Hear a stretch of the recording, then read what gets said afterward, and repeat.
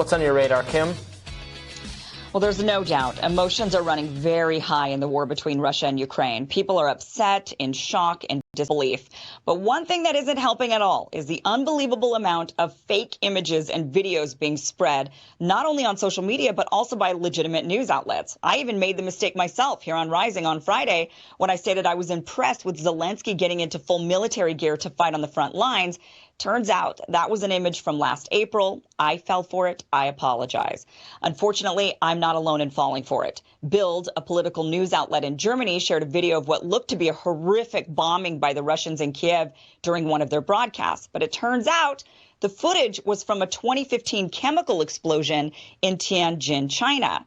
Newsmax used a photo of a crying older woman standing in front of her devastated home with the caption, "The current devastation in Ukraine." But the photo was from 2015. An Italian news broadcast used footage from the video game War Thunder when talking about the war in Ukraine. No doubt viewers seeing a rain of missiles were horrified.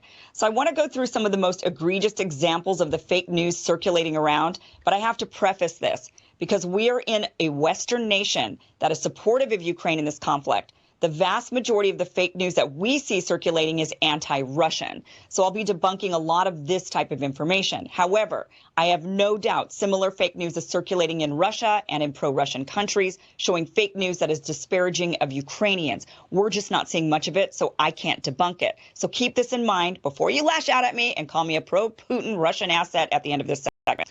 So let's start with what I think is the most astonishing example of fake news circulating. It was being reported that 13 heroic soldiers on Snake Island were confronted by a Russian warship.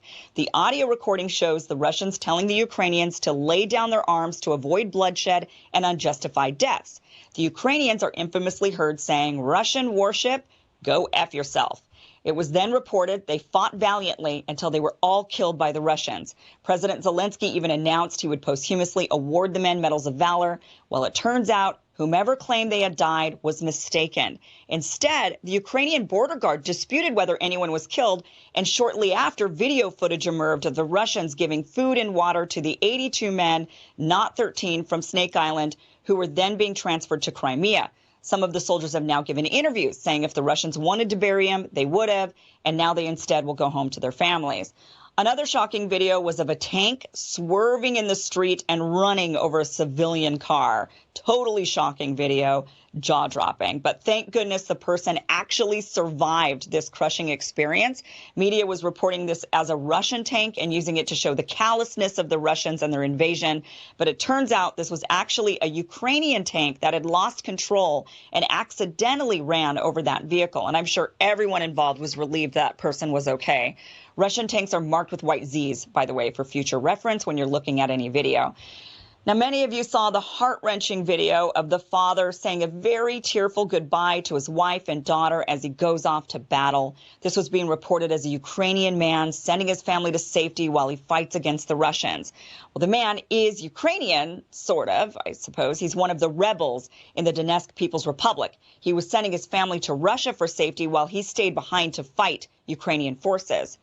The original video was posted by the mayor of his town several days before the Russians invaded Ukraine.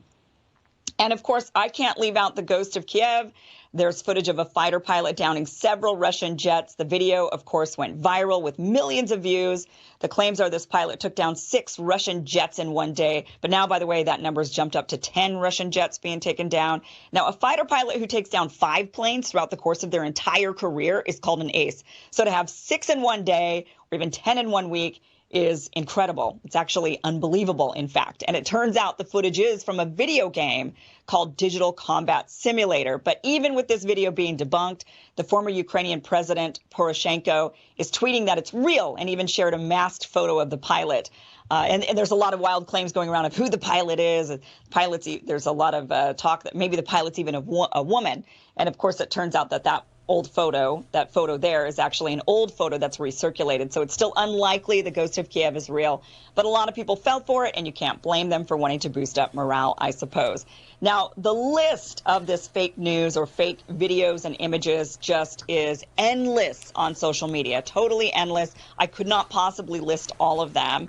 But one thing I do want to mention is that, the reason why this is so dangerous to have all of this fake video and circulating around and people believing it is that it is heart-wrenching to watch. So when people see a Russian tank running over a civilian car, what they think is a Russian tank running over a civilian car, or they see, just these really, really heart-wrenching and or even callous videos, it raises up emotions to a level where that is maybe too much, right? And this person thinks, oh, now I've got to fight. Things are worse than they actually maybe are.